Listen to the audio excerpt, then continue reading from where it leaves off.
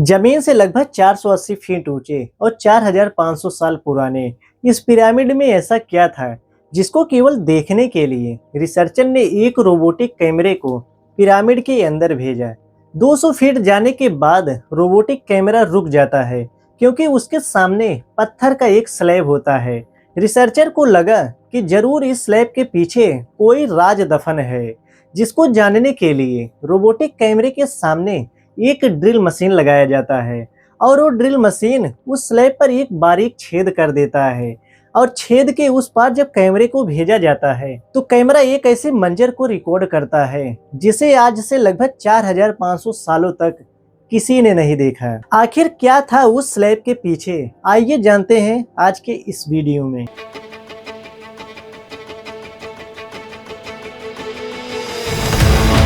Egypt में कुल 138 pyramid मौजूद हैं, जिसने 4500 सालों से सैकड़ों भूकंप और तूफान का सामना किया है। लेकिन मजाल है कि कोई 1 इंच भी अपनी जगह से इधर से उधर हुआ हो। इनमें से जो सबसे बड़ा पिरामिड है द ग्रेट पिरामिड ऑफ गिजा कहलाता है। इस पिरामिड का बेस का एरिया 13 एकड़ में है, जिसमें फुटबॉल के 9 ग्राउंड आराम से बनाए जा सकते हैं। एक एस्टिमेट के अनुसार इस पिरामिड में 23 लाख पत्थरों का इस्तेमाल किया गया है, जिनका वजन 2.5 टन से लेकर 50 टन तक था। अगर इसके वजन का अनुमान लगाया जाए तो करीब 60 लाख टन, जो 12 बुर्ज खलीफा के बराबर होता है। आखिर इतने बड़े और वजनी पिरामिड बनाने का मकसद क्या था? हजारों साल पहले जब इंसान के पास कोई टूल्स भी नहीं था, तब इन पिरामिड की दीवारों को इंच बाई इंच कैसे लेवल किया गया? कैसे 50 टन वजनी पत्थर को काट कर स्क्वायर शेप में 480 फीट ऊंचाई पर बिना किसी क्रेन की मदद से ले जाया गया? इसको बनाने में ऐसे कौन से इंजीनियरों का हाथ था जो इसको अर्थक्वेक प्रूफ के साथ साथ इसकी साइड को 51.5 डिग्री पर सेट किया? कई सदियों से रिसर्च टीम इस पिरामिड के साइड को जानने के लिए बेताब बैठी थी कि आखिर कैसे बिना किसी कंपास की मदद से इसके ईस्ट, वेस्ट, नॉर्थ और साउथ की दिशा को कैसे सेट किया गया होगा। कई एक्सपर्ट का मानना है कि उस समय के जो आर्किटेक्ट थे सबसे पहले एक ऐसी जमीन की तलाश किए होंगे जो लाखों टन वजन को झेल सके। उसके बाद पोलर स्टार यानी वो सितारे जिनकी मदद से अर्थ के पोल का पता चलता है, उनकी मदद से पिरामिड के हर साइड को मार्क किया गया होगा। ना कोई कंपास और ना ही कोई ऑप्टिकल इंस्ट्रूमेंट, बस इसी एक बेसिक टेक्निक से पिरामिड की साइड को मार्क किया गया, वो भी 0 एरर के साथ। अब यहाँ पर पिरामिड बनाने के लिए डायरेक्शन तो मिल गया, लेकिन अब जमीन को लेवल करना है, क्योंकि जिस 13 एकड़ में पिरामिड को बनना है, अगर उसका लेवल जरा भी आउट हुआ तो 23 लाख पत्थरों से बनने वाला पिरामिड का खड़ा होना नामुमकिन हो जाएगा। उस समय जमीन को लेवल करने के लिए ना ही उस समय के इंजीनियर के पास लेजर लेवलर था और ना ही बबल लेवलर। एक्सपर्ट का मानना है कंस्ट्रक्शन साइड की चारों तरफ खड्डा करके उसमें पानी डाला गया होगा और एक साइड के पानी के लेवल से दूसरे साइड के पानी के लेवल से मैच किया गया होगा। जहां पानी जमीन के हिस्से से मैच नहीं कर रहा होगा, उसे छेनी और हथौड़ों की मदद से काट कर लेवल किया गया होगा। अब बारी थी कंस्ट्रक्शन स्टार्ट होने की, जिसके लिए लाखों टन वजनी और बड़े पत्थर रिक्वायर्ड थे। लेकिन ये बड़े पत्थर को काटने के लिए ना ही उनके पास ग्राइंडर था और ना ही जैक हैमर। फिर भी 50 टन वजनी पत्थरों को काटा भी गया, उसको स्क्वायर और रेक्टेंगल शेप भी दिया गया। आखिर कैसे? जी हाँ, यह वही टूल है जिसकी मदद से पत्थरों को काटा गया।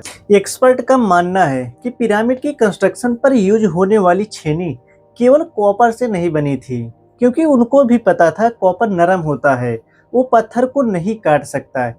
इसलिए उसमें एक अलग केमिकल आर्सेनिक को मिलाया गया, जिससे लकड़ी के हथौड़े और छेनी की मदद से शेप में लाया जाता था। अब क्योंकि ये खास तरीके का पत्थर जिसे आज लाइमस्टोन कहा जाता है, वो गीजा से 250 किलोमीटर दूर टोरा के शहर में कट रहा था। अब मसला था हर पत्थर को गीजा तक ट्रांसपोर्ट करने का, जिसका वजन 50 टन यानी 50,000 किलो, जो लगभग 3 पैसेंजर बस के वजन के बराबर होता है। ऐसे 23 लाख पत्थरों को गीजा के पिरामिड में इस्तेमाल होना था, लेकिन ट्रांसपोर्ट करने के लिए उस समय ना तो उनके पास कोई जानवर मौजूद था और ना ही कोई ट्रक मौजूद थे। हालांकि आज के समय में ऐसा काम करना पड़े तो ट्रांसपोर्ट कंपनियों को अच्छा खासा टफ टाइम लगेगा, लेकिन ये काम लेबर और कश्तियों की मदद से किया गया। टोरा और गीजा के दरमियान नदियों का फायदा उठाया गया। बड़ी बड़ी कश्तियों में वर्कर की मदद से पत्थरों को गीजा तक लाया गया। एक्सपर्ट का मानना है कि यह काम इतना आसान भी नहीं रहा होगा। इन पत्थरों को शिप में लोडिंग और अनलोडिंग करते समय कम से कम 500 लेबर आर्मी की जरूरत पड़ती होगी। जो एक्सपर्ट पिरामिड के कंस्ट्रक्शन पर रिसर्च कर रहे थे, अब उनके सवालों का जवाब लगभग मिल चुका था, लेकिन उनको एक बात ये सताया जा रहा था कि जमीन भी लेबल हो गई और पत्थर भी कंस्ट्रक्शन साइट पर आ गए, लेकिन इतने बड़े और वजनी पत्थरों को इतने ऊपर तक कैसे ले जाया गया। कई एक्सपर्ट का मानना है कंस्ट्रक्शन शुरू होने से पहले ही यह प्लान कर लिया गया होगा, या तो ये स्पाइरल तरीके से ऊपर जाएगा या फिर जिगजैग तरीके से। लेकिन ये बात तो तय है 50,000 किलो के पत्थर केवल मजदूरों की मदद से खींच खींच कर ऊपर ले जाया गया होगा। बात सिर्फ लाखों मजदूर छेनी हथौड़ी से लाइम स्टोन को काटना या फिर इतने बड़े और वजनी पत्थरों को ट्रांसपोर्ट करने का भी नहीं था। इस पिरामिड के अंदर कंपार्टमेंट और छोटी छोटी सुरंगें बनाई गई थी, लेकिन एक्सपर्ट को एक बात ये हैरान कर रही थी कि इसके अंदर जो पत्थर इस्तेमाल हुए हैं वो लाइम स्टोन नहीं था, बल्कि ग्रेनाइट था। ग्रेनाइट एक ऐसा पत्थर है जो डायमंड के बाद सबसे कठोर माना जाता है। ग्रेनाइट को बड़े बड़े ग्राइंडर की मदद से बहुत मुश्किल से काटा जाता है। दुनिया भर के बड़े बड़े आर्कियोलॉजिस्ट को पिरामिड का विजिट कराया गया, लेकिन किसी को भी इस बात का सुराग नहीं मिला कि 4500 साल पहले इजिप्शियन ने ग्रेनाइट जैसे पत्थर को इतनी सफाई से कैसे काटा था। आखिर कई सालों के बाद एक्सपर्ट ने इस मिस्ट्री को भी सॉल्व कर दिया।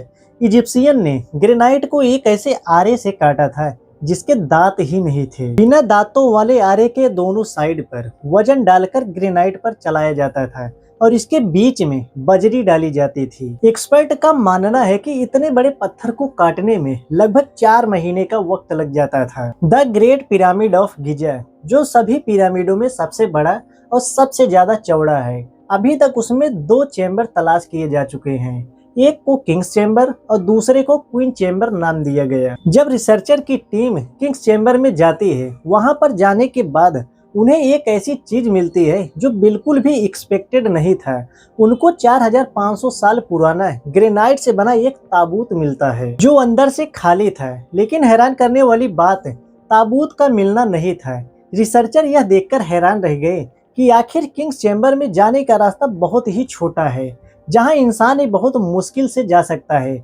आखिर ये ग्रेनाइट से बना ताबूत अंदर गया कैसे? आखिर 4500 साल पहले वो कौन लोग थे जो इतने बड़े पिरामिड को बनाने का चैलेंज कंप्लीट किया? यह एक ऐसा सवाल था जिस पर अलग अलग आर्कियोलॉजिस्ट ने अलग अलग थियरी दी। कुछ लोगों का कहना है कि यह काम उन गुलामों से कराया जाता था जो खुद इजिप्शियन नहीं थे, और कुछ लोगों का कहना है कि हजारों साल पहले एलियन धरती पर आए थे और यह पिरामिड बनाकर वापस चले गए। कुछ सालों बाद एक्सपर्ट ने एक ऐसा एविडेंस तलाश किया जिसने सारी थियरी को रिजेक्ट कर दिया। एक्सपर्ट को जब वहां पर मिलने वाले वर्कर की हड्डियां और स्केलेटन मिलना शुरू हुआ तो उन्हें कुछ खास चीजें नजर आई। कुछ की हड्डियों पर जोड़ लगे थे और कुछ की सर्जरी भी हुई थी।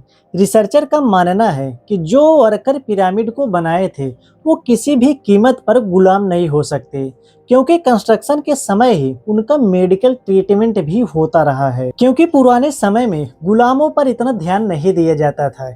यहाँ तक कि रिसर्चर ने यह भी पता लगा लिया कि उस समय के लोग देखने में कैसे थे। अब इसका भी खुलासा हो गया कि इस पिरामिड को न तो स्लेव ने बनाया है और ना ही एलियंस ने। आखिर कितने मजदूरों ने मिलकर इस आलीशान पिरामिड को बनाया होगा?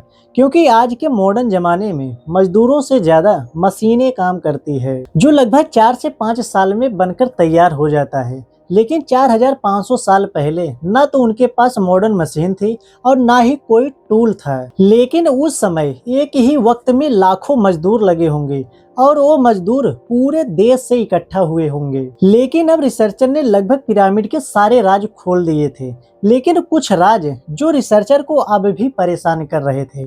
आखिर पिरामिड को बनाने का मकसद क्या था? जी हाँ, 60 लाख टन से भी ज्यादा वजनी और 23 लाख पत्थरों से बना ये पिरामिड और उसके अंदर बना ये चैम्बर, इसका कुछ तो मकसद होगा। रिसर्चर का मानना है कि केवल मम्मी को दफनाने के लिए इतने बड़े पिरामिड को नहीं बनाया गया होगा।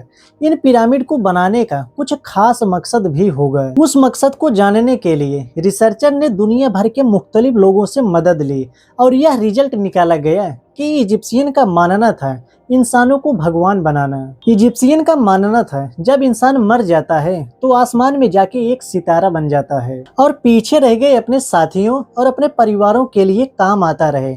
उसके लिए उन्हें इस पिरामिड के अंदर दफनाया जाएगा, जो पिरामिड की दीवार पर लिखी इस धार्मिक लैंग्वेज की मदद से अपना मकसद हासिल कर सकेगा। शायद उनका यही भरोसा था या फिर कुछ और, इसका कोई भी एविडेंस अभी नहीं मिल पाया है। 1980 में इस पिरामिड पर एक खास तरीके का एक्सरे किया गया, जिससे पता चला किंग्स चैम्बर और क्वींस चैम्बर के अलावा भी टॉप पर एक सीक्रेट चैम्बर मौजूद है। इस सीक्रेट चैम्बर तक पहुंचने में 5 सालों के टाइम में एक रोबोटिक कैमरा तैयार करवाया गया, जिसको 1993 में एक छोटी सी सुरंग में भेजा गया, जो 200 फीट जाने के बाद रुक जाता है क्योंकि उसके सामने पत्थर का एक स्लैब होता है जिस पर कॉपर का हैंडल लगा था। लेकिन एक्सपर्ट को स्लैब के उस पार का मंजर किसी भी कीमत पर देखना था। डॉक्टर जाही हवास का मानना था कि शायद यह वही चैम्बर है जिसमें पिरामिड के कई राज दफन है, जो पिछले 4500 सालों से किसी ने नहीं देखा। उसके लिए 8 सालों बाद रोबोटिक कैमरे के सामने एक छोटा सा ड्रिल मशीन लगाया गया। 2001 में रोबोटिक कैमरे ने लाइमस्टोन में एक बारीक छेद कर दिया, इतना बारीक कि उसमें से एक छोटा सा कैमरा ही अंदर जा सके। जैसे ही कैमरा उस छेद के अंदर गया तो उसके सामने एक और पत्थर का स्लैब मौजूद था और कैमरे का एंगल जैसे ही नीचे किया गया तो एक ऐसा मंजर दिखा जो सबके रोंगटे को खड़े कर दिया। जमीन पर कुछ लाल रंग के अल्फाबेट लिखे गए थे। वो अल्फाबेट पैसेज पर पिछले 4500 साल पहले लिखे गए थे। वो अल्फाबेट ना तो रिसर्चर के समझ में आया और ना ही उसका मकसद, लेकिन डॉक्टर जाही हवास का मानना है कि दूसरी दीवार में जरूर कोई सीक्रेट चैम्बर मौजूद है जो पिछले 4500 सालों से किसी ने नहीं देखा। हो सकता है कि आने वाले समय में कोई रोबोटिक एडवांस कैमरा इस चैम्बर को देख सके। आपको क्या लगता है? कमेंट करके जरूर बताइएगा।